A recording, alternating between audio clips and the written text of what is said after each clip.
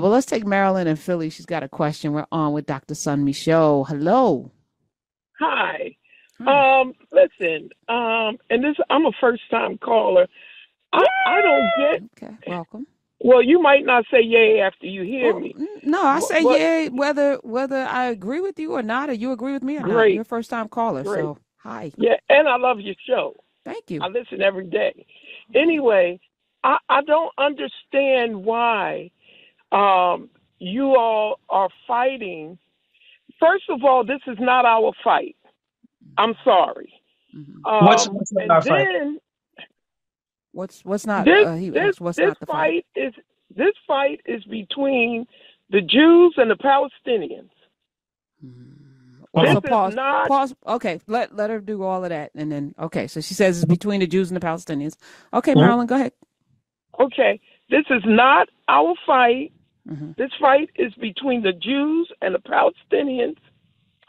And I have never in my and not only is it between the Jews and the Palestinians, but I personally think, and I'm just personal on this, that the black man needs to sit back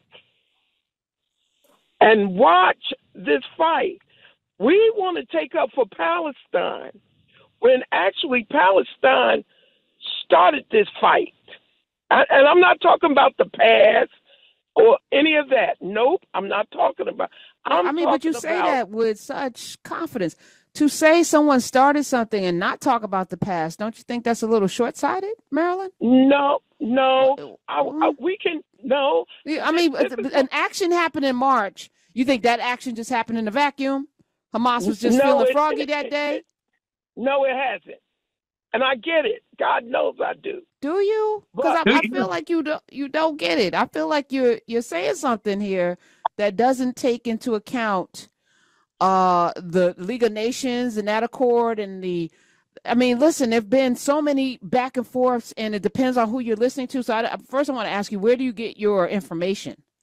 well, I do a lot of studying in Jewish history Hmm. and Palestinian history. Yeah, but And like what, and where, what like what let books are we reading? What are we? Karen, I'm trying to I make a know, but point. we gotta be on the same page in terms of facts. So if you're getting your studies from a particular book, I'd like to be on the same page. Right. Yeah. Um, if I could finish my point, Ah, but see, Marilyn, points. This is not the kind of show where I just want to have conversations out of people's opinions and feelings. I like want to be. I want to learn something. So if you've read something that I haven't read, or you know something that I don't know, I would appreciate the source so that I can do my homework as well. I want to be educated. I don't Right. want to just be in my feelings about this. And you made a point that this is not our fight. We're going to address that, but I'll let you finish saying what you need to say, and then we're going okay, to have a discussion. But don't if you've been listening to this I do, show, just calling I up, do, saying stuff I is not do, ever going to fly. I All do, right. I do, and I get it. Listen, so uh, anyway, to the point I was making is when someone starts a fight, it, and one of the main when someone starts a fight, you don't. Why are we taking up? If the Jews started the fight, trust me, I would be on Palestine's side. But what has Palestine done to make sure that Hamas is taken care of and Hamas is moved out of Palestine? What are Mm. men in Palestine doing to remove Hamas from out of the areas that we find the Jews bombing? Now, I, I personally, Okay. if All you don't right. All mind, right, Marilyn, you sis, made your case, yeah, if you don't Dr. mind, I want Sun. to ask you two questions. Number one, are you familiar with the Nakba? with the what? The Nakba. No. Okay.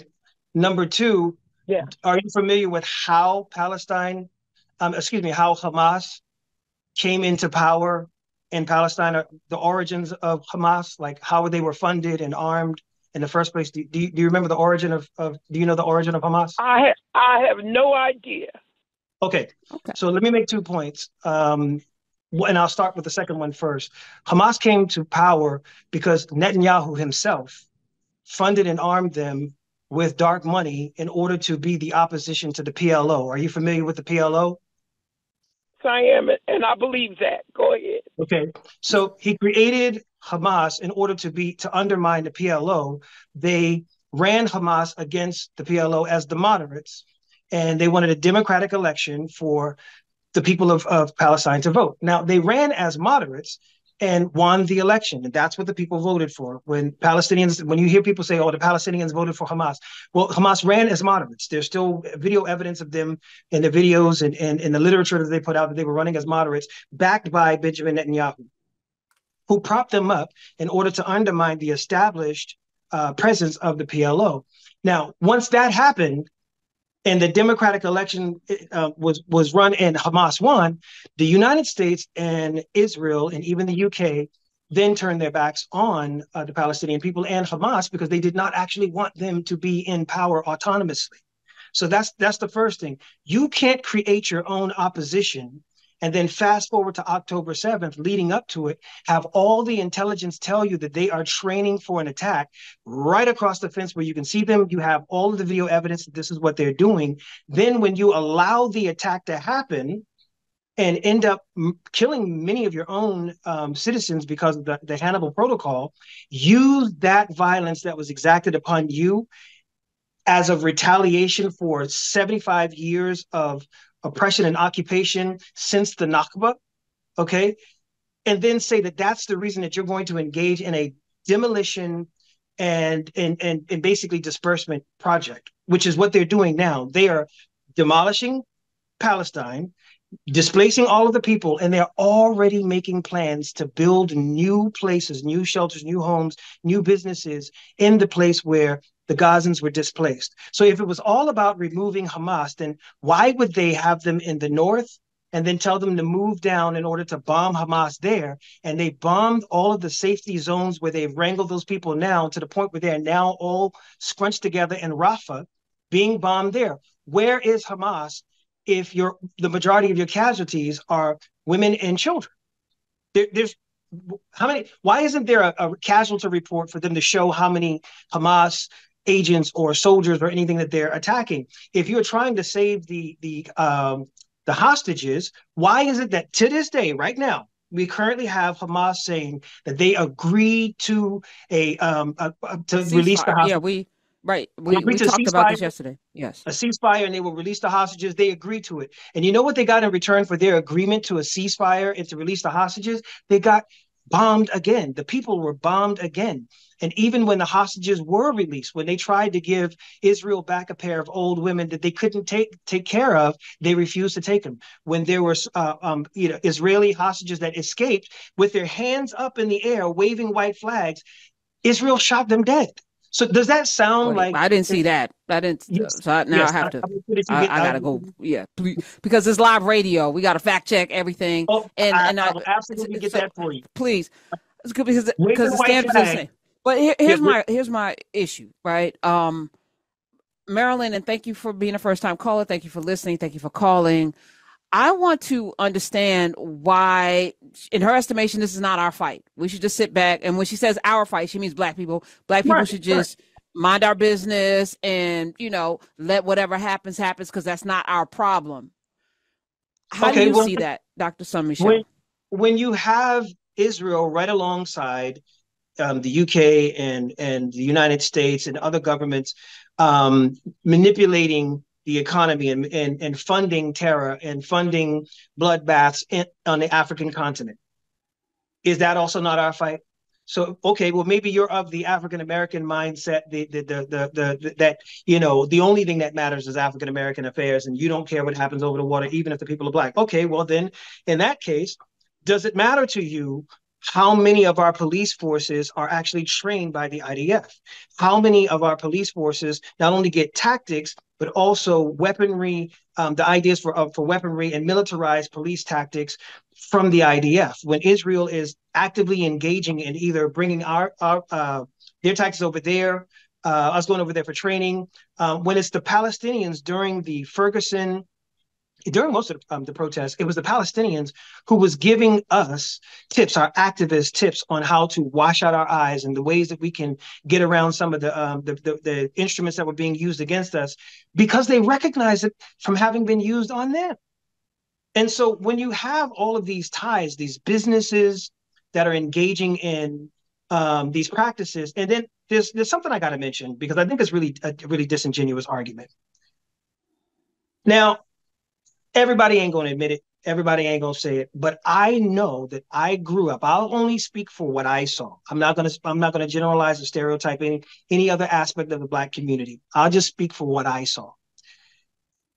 This sudden solidarity from certain Black folks with Jewish people, as if I didn't grow up hearing some of these same people use the word Jew to mean swindle, to mean to cheat, to mean to haggle down, as if I didn't grow up hearing and seeing casual anti-Semitism in the community. Now, to be clear, I wouldn't say to be fair, but to be clear, I also saw anti-Blackness within the Jewish community that was aimed at Black people, that was whipping up a lot of that anti-Semitism. I saw these people doing this with my own two eyes. And I also see people who are engaging in the infighting, whatever, with Arab people. And what they seem to be doing is conflating Palestinians with all Arabs and saying that since we've had issues with Hamas, and conflating what Netanyahu's policies are with all Jews. I feel like we're in a very dangerous place altogether because we are in a nation ripe with tropes and stereotypes and all manner of dehumanizing ways in which people are categorized with a purpose. We cannot forget that the Nuremberg laws were crafted based on the Jim Crow laws of the United States of America against Black people. There's a constant crossover. And to me, I don't see boundaries, Marilyn. There's not, like, as Black people, we're Americans, so we're under the flag of our policies as the United States of America to support Israel no matter what. At the same time, right before this happened in March, the Jewish people were in the streets. Israelis were in the streets protesting Netanyahu's tyranny. They wanted him out. They still are. They're still here. But we don't see that a lot. We don't see the Holocaust survivors fighting for the humanity of the folk that are being bombed to smithereens in the Gaza Strip. We don't see that. We're focusing on this conflict that seems to be, Jew versus, but it's not. It's so much bigger. This is so much bigger. So I think we devolved the conversation when we distill it into, this is Jews versus this Hamas. Why aren't they doing this? As if those 2 million people have options. Do you know what I'm saying? No. The folk that live in, like, you elect people just like Trump was president. Did he represent all of us? Like, we have to start to think differently about even political power and what is at stake. And I try to make it simple. Human beings. Can we fight for humanity? Is this wrong? What's happening? Yes. Okay. As a global citizen. Yes. As a global citizen. And if it's wrong, then you should say something as a person, because not just because, that's not our fight, because it can be, right? So, but let's leave that to the side. Maybe it'll never happen to us, but it has happened. But it has happened. So what has happened can happen again, but let's take that off the table because that's selfish, right? I'm going to only protect you because it could happen to me.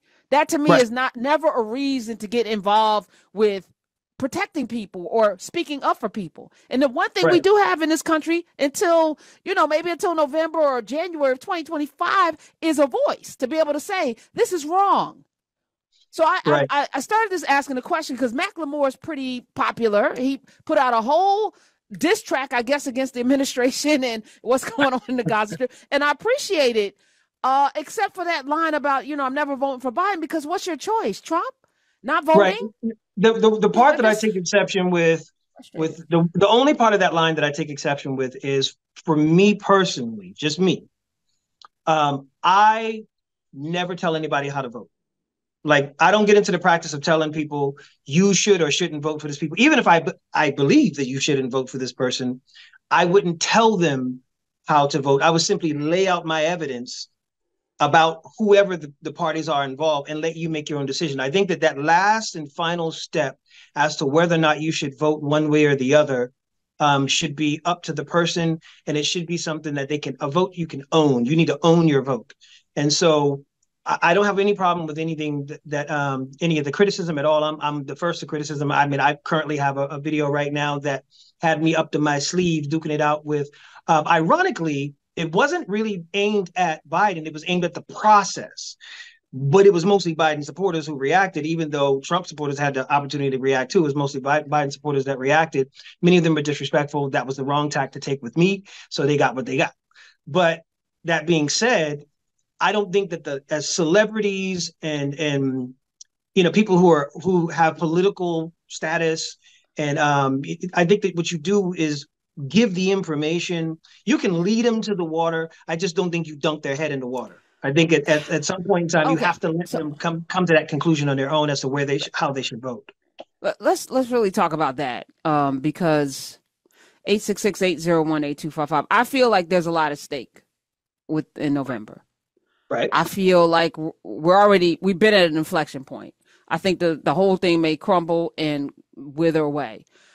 Mm-hmm. So what is your responsibility, those of you who have platforms? You have a platform. You have a huge platform. Yes. We're here. Like, I feel like I'm responsible to not just tell the truth, because people are stuck, like our Marilyn's probably still, it's not, she's still, I didn't change her mind. I don't feel like she called up to have her mind changed. She called up because she's feeling some ways. She wanted to say what she had to say. She didn't, give us any research. You know what I'm saying? And even you laying it out, she's yeah. But in her mind, she's like, I still feel what I feel. I don't know how we change that, but knowing what's going to happen. So here's the conundrum, Dr. Sunn Michaud. We got to go to a break. Okay. Knowing what you know about history, because you actually have studied, knowing what I know about history, because I actually have studied some things, you know what's coming. Of course. And yes, we may survive. We probably will survive. Hey, we probably will survive, but at what cost? And a lot of people will not.